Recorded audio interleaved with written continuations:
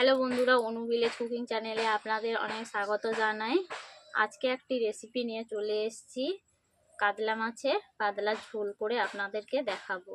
জিরের ঝোল আমি কেমনভাবে করি বা কীভাবে করি আপনারা তা দেখতেই থাকুন। এই রেসিপিটি ভালো লাগলে লাইক কমেন্ট শেয়ার করে সাবস্ক্রাইব করে দেবেন। যারা যারা আমার চ্যানেলটিকে এখনও সাবস্ক্রাইব করেনি তারা প্রত্যেকদিনের নিত্য নতুন ভিডিও পাওয়ার জন্য আমার ইউটিউব চ্যানেলটাকে সাবস্ক্রাইব করে দেবেন এবং যারা ফেসবুক থেকে দেখছেন ফেসবুকটাকে আমাকে ফলো করে দেবেন। আমি রেসিপিটি কেমনভাবে করি আপনারা তা দেখতেই থাকুন। প্রথমে তার জন্য উনুন জ্বালিয়ে নিচ্ছি। বন্ধুরা দেখতেই পাচ্ছেন সকাল সকাল যেহেতু মাছ নিয়ে চলে এসেছিলো তার জন্য আমি মাছগুলোকে ভেজে রেখেছি। কাতলা মাছের এই দেখতেই পাচ্ছেন বাজার থেকে কিনে এনে ছিল 500 গ্রাম মতো। ওটাকে আমি দিয়ে কাতলা মাছ আর আলু দিয়ে আমি পাতলা ঝোল করব, জিরের ঝোল। দেখতেই পাচ্ছেন আলুগুলোকে আগে থেকে আমি ভাপিয়ে নিয়েছি। এখন আমি আপনাদেরকে ঝোল রান্না করব তা দেখাবো।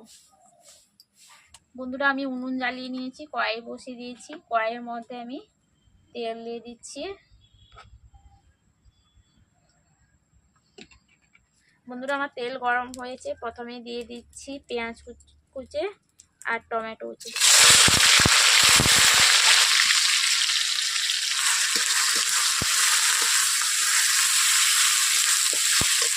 পেঁয়াজগুলো দেওয়ার জন্য অল্প করে নুন দিয়ে দিচ্ছি।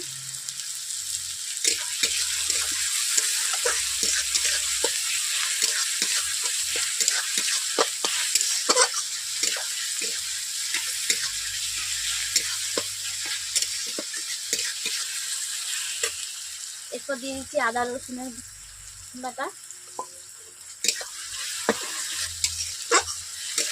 পেঁয়াজটা ব্রাউন হওয়ার পর আমি আদা রসুনের বাটা দিয়েছি। বন্ধুরা আদা রসুনে আমার ভাজা হয়ে গেছে আদা রসুনটা। এরপর আমি দিয়ে দিচ্ছি লঙ্কা গুঁড়ো।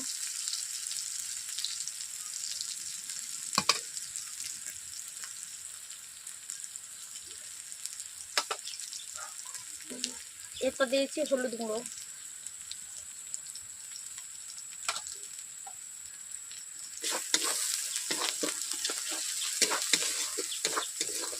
বন্ধুরা লঙ্কা আর হলুদ গুঁড়ো দেওয়ার সময় খেয়াল রাখবেন আঁচটা যেন কমিয়ে দেওয়া হয়, উনুনের জ্বালানিটা কমে দেওয়া।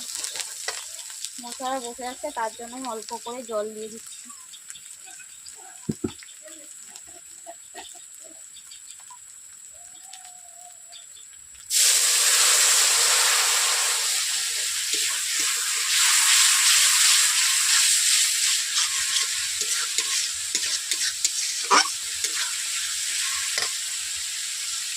এইভাবে আমি জল দেওয়ার পর 5 মিনিট মশলাটাকে কষিয়ে নিয়েছি। এরপর দিয়ে দিচ্ছি মশলার ওপর আলুগুলো দিয়ে দিচ্ছি। আলুগুলোকে 2 থেকে 3 মিনিট আমি কষিয়ে নিচ্ছি।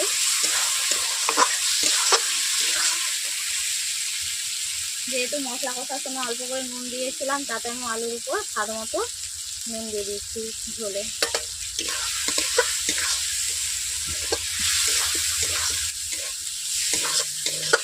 বন্ধুরা দেখতেই পাচ্ছেন আলুগুলোকে আমি কষিয়ে নেওয়া হয়ে গেছে। আলু থেকে তেল বেরোচ্ছে, অতএব আমার আলুগুলো কষিয়ে নিয়েছি ভালোভাবে। এরপর আমি জল দিয়ে দিচ্ছি।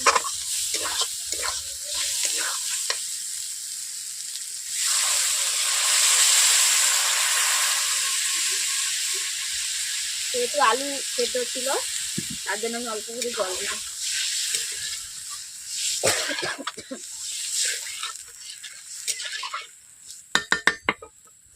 ঝোলটাকে আমি 5 মিনিট ফুটিয়ে নিচ্ছি। বন্ধুরা দেখতে পাচ্ছেন ঝোলের ফুট চলে এসেছে, ওতে আমি মাছ দিয়েছি ঝোলের মধ্যে।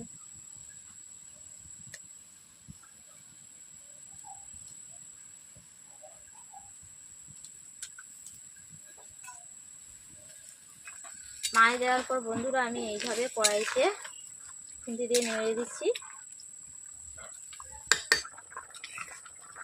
ঝোলটাকে মাঝের মধ্যে এইভাবে আমি নাড়িয়ে দিলাম। বন্ধুরা আমার ঝোল ফুটে চলে এসেছে, তার জন্য আমি জিরে বাটা দিয়ে দিলাম। জিরে বাটা দেওয়ার পর আমি ঝোলটাকে 2 মিনিট ফুটিয়ে নিচ্ছি।